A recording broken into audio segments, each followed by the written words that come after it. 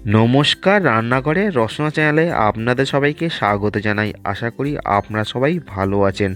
আজকের আমাদের রেসিপি ছোলা দিয়ে নিরামিষ বাঁধাকপির তরকারি। আমি যেভাবে নিরামিষ বাঁধাকপির তরকারি তৈরি করছি, আপনারা একবার তৈরি করে খেয়ে দেখবেন। আশা করি খুবই ভালো লাগবে।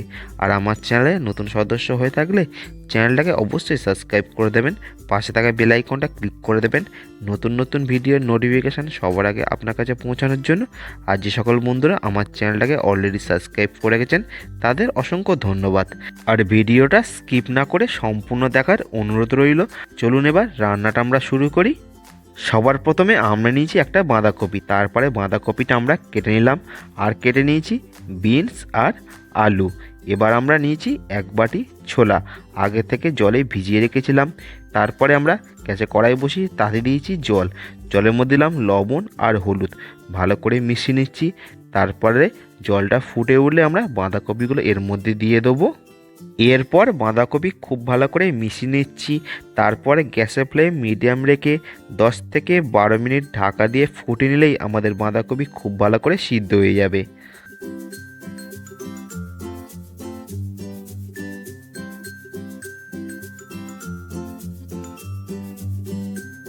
12 মিনিট পর ফিরে এলাম। বাঁধাকপি আমাদের 80% সিদ্ধ হয়ে গেছে। এবার আমরা নামিয়ে একটা ঝুড়ির মধ্যে রাখছি, যাতে বাঁধাকপির এক্সট্রা জলটা সম্পূর্ণ রিলিজ হয়ে যায়। তারপরে আমরা গ্যাসে কড়াই বসিয়ে তাতে দিচ্ছি সর্ষের তেল। তেল ভালো করে গরম হয়ে গেলে আমরা এখানে আলু দিচ্ছি। আলু দেওয়ার পর এর মধ্যে দেবো লবণ আর হলুদ, দিয়ে খুব ভালো করে ভেজে নেবো গ্যাসের ফ্লেম মিডিয়াম টু হাই করে।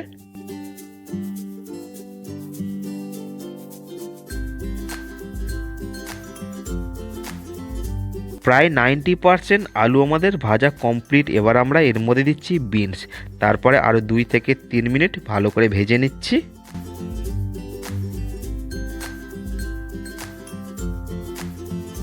আলু আর বিনস খুব ভালো করে ভাজা কমপ্লিট। এবার আমরা নামিয়ে নিচ্ছি।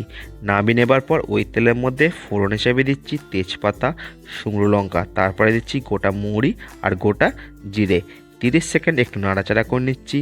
তারপরে আমরা এর মধ্যে দিচ্ছি আদা বাটা আর কাঁচা লঙ্কা বাটা।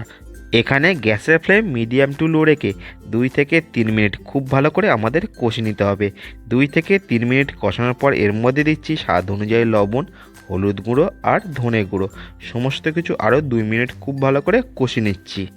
2 মিনিট খুব ভালো করে আমাদের কষানো হয়ে গেছে মশলা। এবার আমরা এর মধ্যে দিচ্ছি টমেটো কুচি।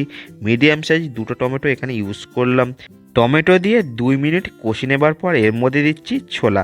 ছোলা দিয়ে সমস্ত কিছু আরও 3 থেকে 4 মিনিট খুব ভালো করে কষে নিতে হবে গ্যাসের ফ্লেম মিডিয়াম রেখে।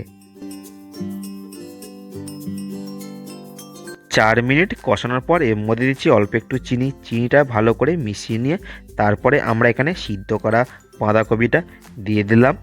সিদ্ধ করা বাঁধাকপি দিয়ে গ্যাসের ফ্লেম হাই করে আমরা 5 থেকে 6 মিনিট খুব ভালো করে কষিয়ে নেব।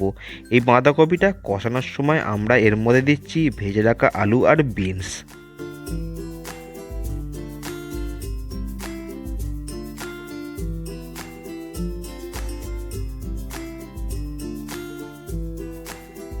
5 থেকে 6 মিনিট কষানো হয়ে গেছে। এবার আমরা এর মধ্যে দিলাম লবণ আর ভাজা জিরের গুঁড়ো। তারপরে সমস্ত কিছু খুব ভালো করে মিশিয়ে নিচ্ছি আরও 2 থেকে 3 মিনিট ধরে।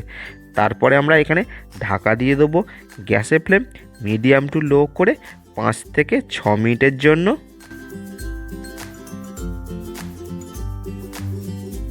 5 মিনিট পর ফিরে এলাম। এবার আমরা তরকারিটা গ্যাসের ফ্লেম মিডিয়াম করে আবার কষাতে থাকবো। 3 থেকে 4 মিনিট ধরে কষাবো। কষাতে কষাতে এবার আমরা এর মধ্যে দিচ্ছি ধনেপাতা কুচি, গরম মশলা গুঁড়ো আর ঘি। এখানে সমস্ত কিছু দেওয়ার পর 3 থেকে 4 মিনিট ধরে কষে নিলে আমাদের নিরামিষ ছোলা দিয়ে বাঁধাকপির তরকারি রেসিপি কমপ্লিট হয়ে গেল। চলুন এবার নামিয়ে সার্ভ করি। এই ভিডিওটা আপনাদের কেমন লাগলো, ভালো লাগলে অবশ্যই লাইক করে দেবেন। বন্ধুবান্ধব আত্মীয়স্বজনের মধ্যে বেশি বেশি করে শেয়ার করবেন। আর বাড়িতে অবশ্যই একবার ট্রাই করে দেখবেন, কেমন হলো আমাকে কমেন্ট করে জানাবেন। আর আমার চ্যানেলে এই রকম রেসিপির ভিডিও দেখতে গেলে চ্যানেলটাকে অবশ্যই সাবস্ক্রাইব করে রাখুন, পাশে থাকা বেল আইকনটা ক্লিক করে রাখুন নতুন নতুন ভিডিওর নোটিফিকেশান সবার আগে আপনার কাছে পৌঁছানোর জন্য। আর বন্ধুরা, আপনার একটা সাবস্ক্রাইব আমাদের অনেক মোটিভেট করে এই রকম রেসিপির ভিডিও নিয়ে আসার জন্য। তো প্লিজ চ্যানেলটাকে সাবস্ক্রাইব করে দিয়ে আমাদের পাশে থাকুন।